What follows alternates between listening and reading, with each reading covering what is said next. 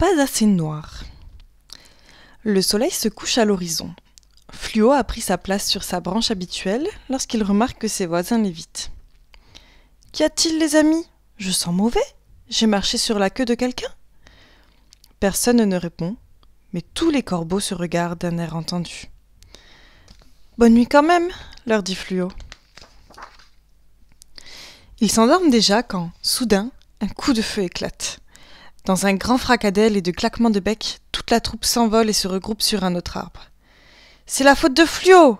lance un mécontent. « Il nous fait toujours remarquer. » Seul sur sa branche, Fluo voudrait disparaître. Il se tasse, s'aplatit. Mais il a beau se faire tout petit, son plumage bariolé illumine le gris de cette journée de novembre. Tout cela le met mal à l'aise. Romuald, le chef corbeau, se pose près de lui et toussote discrètement. « Oh, tu m'as fait peur, sursaute Fluo. »« Nous ne te voulons aucun mal, lui assure Romuald. Seulement, tu n'es pas comme nous. Tu n'es pas assez noir. »« Que veux-tu que j'y fasse, Romuald ?»« Rien du tout, pourvu que tu t'en ailles. »« M'en aller où ?»« N'importe où.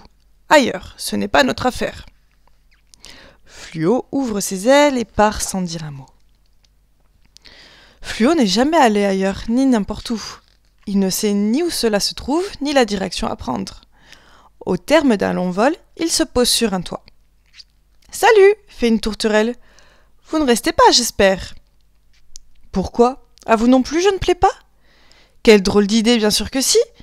Mais le toit est comble, je le crains. » roucoule-t-elle amicalement. « Allons donc, il y a toute la place que l'on veut. »« C'est trompeur, répond-elle sur un ton déjà moins aimable. Si j'étais vous, je m'en irais. Les tourterelles de la sûreté peuvent débarquer d'un instant à l'autre. »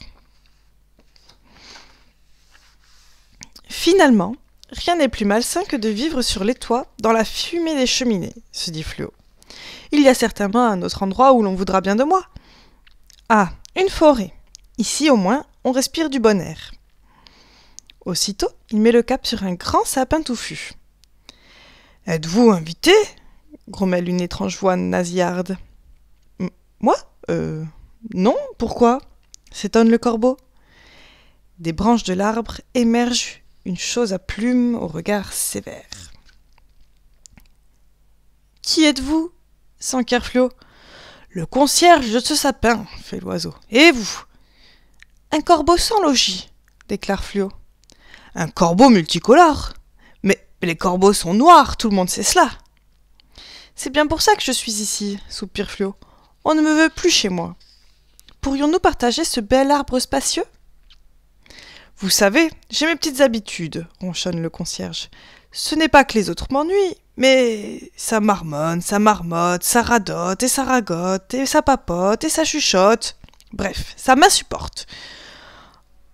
Enfin, je serai chouette avec vous, exceptionnellement, vous pourrez loger cette nuit, car j'aime les visiteurs, surtout lorsqu'ils sont de passage. » Bien avant que le concierge ne se réveille, Fluo reprend sa route.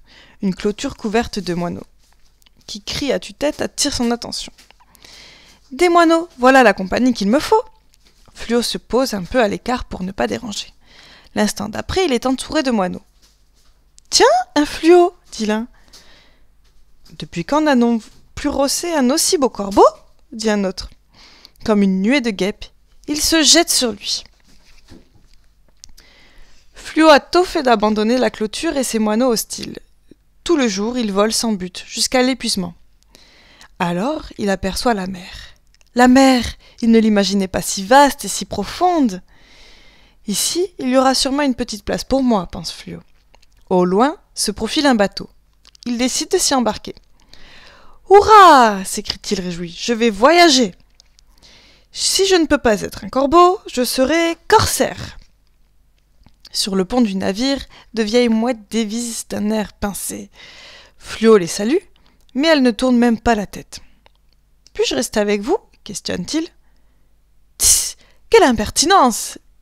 persifle la plus vieille. « Ne vois-tu pas que nous appartenons à la noble race des argentés ?»« C'est bien typique de cette racaille, sur sa voisine. »« On n'est plus en paix nulle part. grince la troisième. Un épais brouillard couvre soudain le bateau. Chic, se dit Fluo, profitons-en pour leur fausser compagnie. Tête première, il s'enfonce dans la brume comme dans du coton. Il ne peut pas se perdre. Pour ailleurs, c'est toujours la bonne direction. Je m'en vais, je m'envole, je suis déjà loin, se démène-t-il. Et pourquoi t'en irais-tu, Fluo, marmonne le corbeau qui somnolait tout contre lui.